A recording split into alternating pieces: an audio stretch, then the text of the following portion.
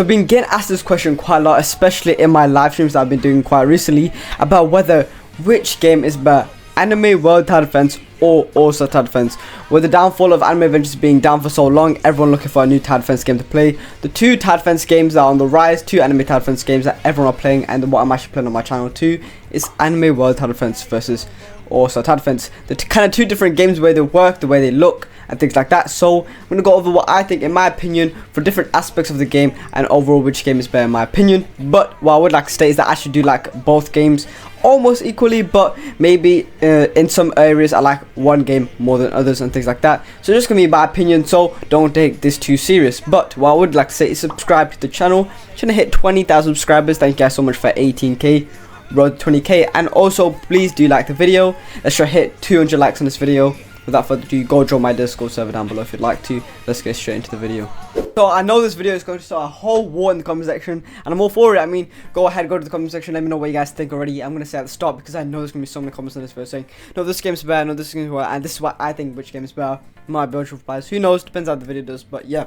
I'm going to do this video by going over a bunch of different things throughout the video, where things like visuals, progression, content, obtaining units, currency, updates, endgame, things like that. So that's how I'm going to do the whole video. So yeah, first thing we're going to go over is the visuals of both games, which is actually going to be an interesting one. When it comes to visuals for Anime World Tower Defense, first, I think the thing that lets it down probably the most is definitely the UIs. The UIs need definitely upgrading. I think if they upgrade the UIs, it actually already be a lot better. But what I gotta say is the unit models, then actually not too bad. Okay, let's just place on the unit models. Let me just turn on the effects on the cutscenes and things. Let me just turn on everything so we can get a good analysis when it comes to the VFX, things like that. Let me just respawn just in case. And then yeah, okay, let me just place on the Utah now. You'll see the cutscene thing, I'm pretty sure. Never mind, it's not working. Is it not gonna show the cutscene when I place it down? Okay, so if we can click ready, we'll see the effects too. I've got to say, it's mostly the UI that kind of lets it down. There's some animation, I'm not going to show it, but it's not too special. The attack effects are just decent. A lot of the graphics of this game is decent, same with the maps, they're decent. I think the best thing when it comes to the visuals for this game, it's not much, but what I would say, the unit models look pretty good. They're kind of hard to mess up though. And also the blessings look quite good in this game. As you can see, this is the Goku Black blessing. It does look quite cool if I'm being honest, but I would say the UIs in this game are quite lackluster, and the map building's okay, just decent, and the UIs definitely need upgrading. So that's it for the visuals for Anime Tower Defense. Now the also UIs are actually, I would say, better, but what I would also say is they're not better by that much. And let's just look at the blessings in All Tower Defense. Let's see, give me a blessing. Okay, no, that's actually gonna look bad. Let's see the blessing. Yeah. Huh? What? Where's the code gone? Did they just remove it out of the game? What? Okay, let me just do this one. I think I've not loaded in yet or something. But yeah, the blessings, I would say they're kind of equal when it comes to blessings between All-Star blessings and what's it called, Annual Tower Defense blessings. I would say the maps in this All-Star Tower Defense may be better. I would say yeah, they're better, but not by too much.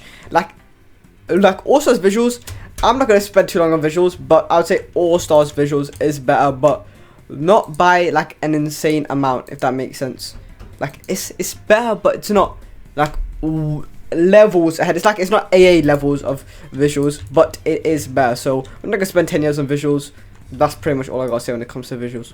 Now it is progression. Now progression is going to be quite an interesting topic, I would say, just because, well, there's different ways you can progress in All-Star, but mostly it's going to be getting the Stardust units and also getting level 100 if you're a new player. So I would say, I'm going to explain later on, but I would say the Anime World Tower Defense progression is actually better, because when it comes to getting the best units in All-Star Tower Defense and actually progressing throughout the game, you're probably going to need to do Stardust and then evolve the Stardust units by getting onto the second map.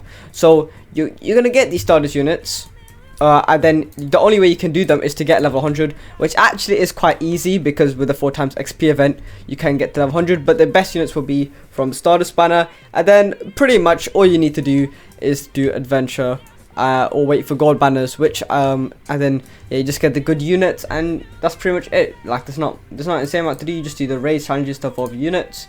You can also do story, but pretty much no one in this game actually does the story. They just wait for the units being gold banner, which is quite tedious, but it's more tedious to actually do the story. But once you get good units in this game, there's not really much to progress through. You just progress through getting you just try to get the good units doing tower mode. If you need Stardust, or if you need gems, you do the infinite, you get the units, you evolve them using adventure, and you call it a day. There's not really much you need to do after that. So I don't really like the way you progress too much, but I would say it's actually awful and things like that, just because, well, Stardust, it might be a little bit annoying if you want to get the good units from Stardust banner, but I would say it's too hard to get to World 2 and do the raids and things like that. Okay, so I can't bother to keep switching accounts just because I don't play Anime Tower Defense on this account, but I'm just gonna stay on this account, so that's why I'm low level, whatever, so don't worry about that. But now we're gonna go through the Anime World Tower Defense progression, which I actually think is better, not by an insane amount, but I do think the progression in Anime World Tower Defense is better than also Tower Defense. So how progression usually works in this game: you'll probably start the game. When you first start the game, you'll summon, and I gotta say the game is quite generous when it comes to getting the summoning currency, which we'll talk about later on.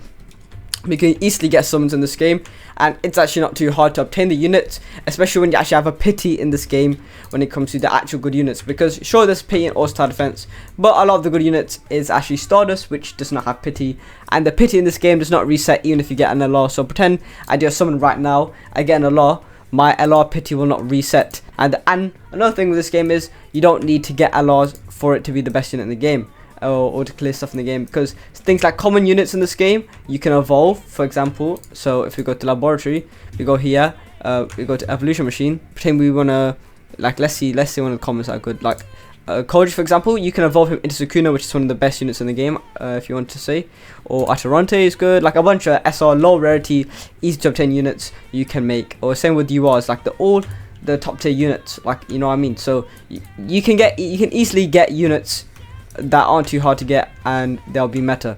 Now when it comes to the actual progression, not just getting units, we also do have, if we go to adventure here, we have a bunch of different stuff to do in the game, just like also has a lot of stuff, if I'm being honest too. But they all have like drops and things like that. And what I've got to say with this game is there is end game content, which I actually want to talk about later on, but right now I'm talking about progression and how maybe difficult progression is and things like that. So don't worry about this account, it's not that I can't play the game on, but you can do story, you can do raids, events, things like that, which are actually not too hard to solo in this game. Now when it comes to later on in the game, it does actually become difficult when it comes to progression with things like story. So you want to keep that in mind, which is actually a little bit of a downfall, because you don't want to really be struggling in story mode, but at the same time you don't want to make the game more enjoyable, so it needs to be more difficult. But you can't really solo too many things straight away when you first start the game. But what is quite nice, which I don't know if you can do that in All-Star, but like also you usually have to do like a million strategies to solo things, I think. I might be wrong on that, but in this game you can pretty much solo quite a lot of things when you're just like in mid game. So it's quite nice just in case you can't find people to play with. And there's a bunch of different ways to progress throughout the game. You don't have to do the story straight away. I mean, there's a bunch of units you can just craft rather than that are actually like very good in this game. So like a lot of these craftable units, you don't need to do story to craft them, and they're very, very good units. Like yeah, there's not much to say about progression. Progression is similar in every tower defense game, if I'm being honest. So yeah, we're gonna move on from progression. Oh yeah, if I didn't already mention, progression goes to Anime Tower Defense, so it's like 1-1 right now, I guess you say. The next thing is content. Now in Anime Tower Defense, I'm not gonna go to All-Star just to go over all the content, because there isn't all that, and you probably already know what it is. However, in Anime Tower Defense, you might not already know the content in this game, or that, in my opinion, I think the content in this game is better. Why? Okay, so there's literally a million different type of content you can do in this game, so that's why I kind of like it a little bit more. You got the miracle creations, you want to get all these miracle units, you want to craft it. Okay, so what do you need to do to craft it or evolve? You go to adventure, and there's a bunch of different things you need to do depending on what unit it is. So you don't just do one thing to evolve your unit, you do a bunch of different things that you could use for multiple different units. So there's a bunch of raids you might need to do. You could do these raids if you need to evolve your unit with certain drop rates, things like that, and you can actually get units from these raids that some of them are actually meta, like a Makima, for example. They're actually quite good units, so you can get drops whilst doing this. So you already got raids, you have legend stages in this game with the same kind of thing. And what I like about this game is, which no tower defense game does, is with games they only have the infinite modes, and you only do infinites once in a while. Maybe you need the like certain currency or something. In this game, certain stages are infinite, like for example Crossover City or Ruin Society is like infinite. So even though it's a legend stage where you get your evil items from, things like that, it's actually infinite. And why you might like this is because some people, the grand meta units are good for just infinite, like they're insanely broken, but you can only use them in an infinite stage, right? and like, oh, I can only use an infinite, and like you get them, but like you barely use them, only for infinite. But in this game, you still use them quite a lot, because there's a lot of different types of infinite stages. Like, not even just that, like things that you have to do are infinite in this game. Like, even if you don't want to do the legend stages, which you'll need to do, you still got all these element stages, which is quite nice, that are all infinite. So yeah, and what another thing I like about this game, that I don't think I've mentioned yet when it comes to content, is actually getting teams for your units. Like, for example, spiritual sensitivity is one of the best teams in this game, right?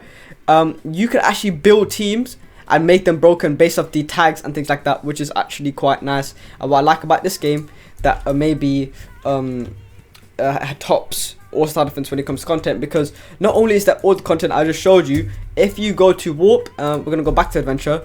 We have the leaderable stuff, that's okay, that's cool. But in Abyss Dungeon, we have end game content, which I feel like also does not have, or it's not good enough in my opinion. Because I was thinking, is this the regular Infinity Castle? Yes and no. Now what I mean by this is that, sure, this content is like, it's just like Infinity Castle, yes, but it's actually difficult. Now you must be wondering, this is why it's end game content. Why? Because it's difficult. And because it's difficult, you actually get good rewards from it. Don't get me tripping. You get meta units, I guess you could say.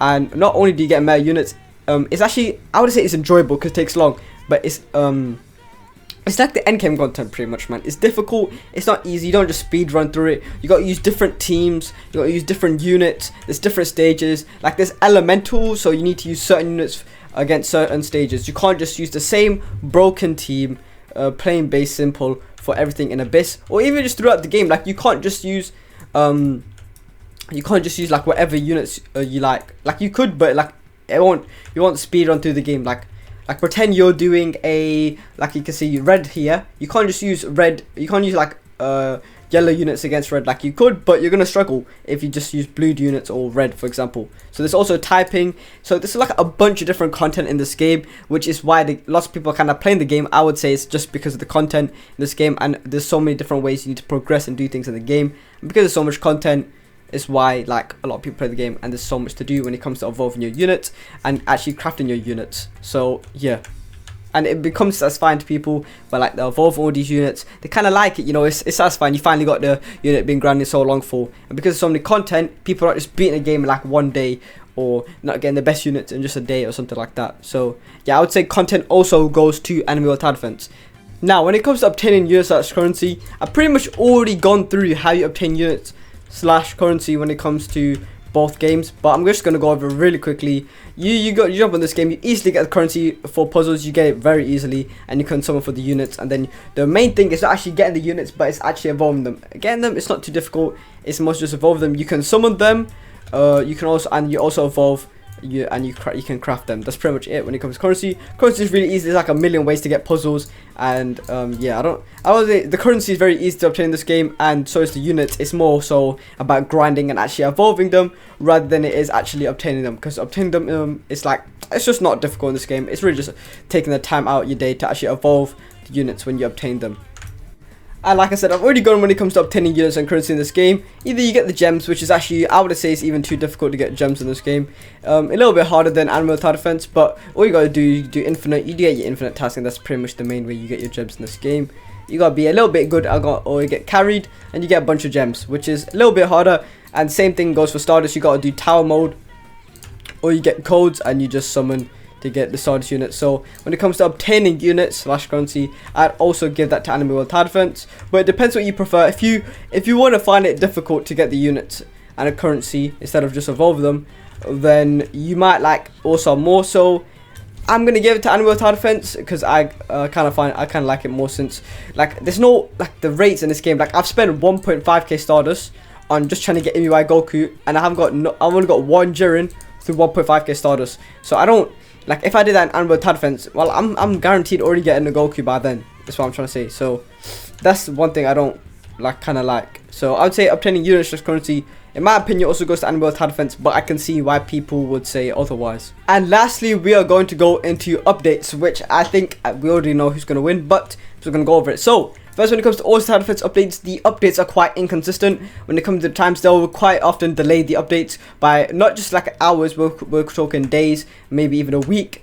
when it comes to also Tower Defense updates. But when they do drop, either they are bangers or they have barely any content, which is quite unfortunate. Which is, for example, this current update that we're talking about with the Careful update and things like that. There's not much content when it comes to update, and it was also delayed, which is like 2 bad one combos. But sometimes the update that they'll drop is actually quite a banger. Now what I mean by that is, like, for example, the UI Goku update I thought was actually quite good. They added a bunch of new raids, and they also added a bunch of, well, not a bunch, but a decent amount of good units, like UI Goku, who is a game-breaking character. So I would say it's like 50-50 when it comes to the updates, and I would say they have a lack of communication, but they do like to delay quite a lot of things, and sometimes I don't think the communication is too well, but I don't think it's too horrible either. So I would say the updates are great, but I would say it's horrible either. I would say it's just mid, I guess, when it comes to also Tower Defense. Okay, now we're finally going to go into Anime World Tower Defense updates, which, once again, there's not really much to say about updates, but what we can say is that I do think the Anime World Tower Defense updates are better when it comes to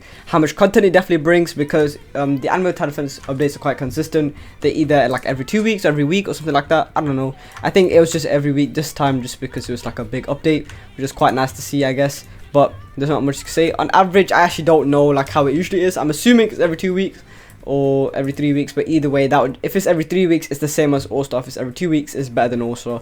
But yeah, even when the update, they do drop a lot of content, because not only do you have to get the new units, you have to evolve those new units. No, actually, no, you don't have to evolve those new units. You have to get the new units, and you also need to evolve units that they added evolutions to that you might not already have, or they already had, and might become meta. So it's actually quite interesting. And then there'll also be like a unit you need to craft. So they do drop quite a lot of content when they do drop updates, and they do have quite good communication. Like, pretend there's a problem in the game, let's say, oh, this unit is like too broken, too annoying, they'll try to fix the problem like as fast as possible once they notice it. They won't take 10 years, and they'll definitely communicate with the community. So pretend the community has a problem with the game, they'll most likely fix it as long as it's like a valid point. Like yeah, like for example, we'll talk about let's say Ichigo's ability. Now, when he first came out, it's quite annoying. Then they changed it again. They changed it again and again and again until it was pretty much what everybody wanted and everyone was satisfied with. So they do have quite communication when it comes to updates, and the updates on this game like pack quite a lot of content. But yeah, I would say there's too much when it comes to updates with either games. They're both, I would say, Animals Tower Defense updates are better though. But yeah, at the end of the day, this is just my opinion. This is not like some insane video. It's more of a yap video. I'm not gonna lie, I am yapping. This is like a yap session type video. So yeah, I hope you guys did enjoy the video. Let me know your opinions in the comment section down below. I just want to point out, yes, I do think Anime World Tower Defense is better, but do I think it's better by like a whole other level or by lots? No, probably just by a little bit in my opinion, just by like a medium amount. I still think also Tower Defense can definitely be better, especially for other people, especially people that just like care about the graphics quite a lot. Like, this is how I'm just going to point it out, like, to end of the video. If you care about graphics, you'll play also Tower Defense. If you don't care about graphics, care about content, you'll play Anime World Tower Defense. So depending on what you appreciate and what you actually like more, it's what you probably play. Or if you care about game fam, then you're just gonna like a game fam thing down EA, you'll play Anime World Tower Defense. Or if you don't care about graphics too much, you'll play Anime World Tower Defense, because it's actually like more like, you're more likely to find it an enjoyable game, but like you might like the graphics more, and maybe like also Tower Defense. So let me know what you guys think in the comments. I'm actually quite interested, since my fan base is always asking me, yeah, what do you like better, Anime World Tower Defense or also? And sometimes they be arguing about it. So I genuinely want to know what you guys think in the comments. I do like Anime World Tower Defense more. What I say by a lot, once again, no, I do like it just by a little bit more. I also do love also Tower Defense. I've been playing it for so long. So yeah, hope you guys did enjoy the video. Please do subscribe. I'm trying to hit 20,000 subscribers. I want you to like the video and let me know your opinion in the comments. And I'll see you guys in the next video. Peace.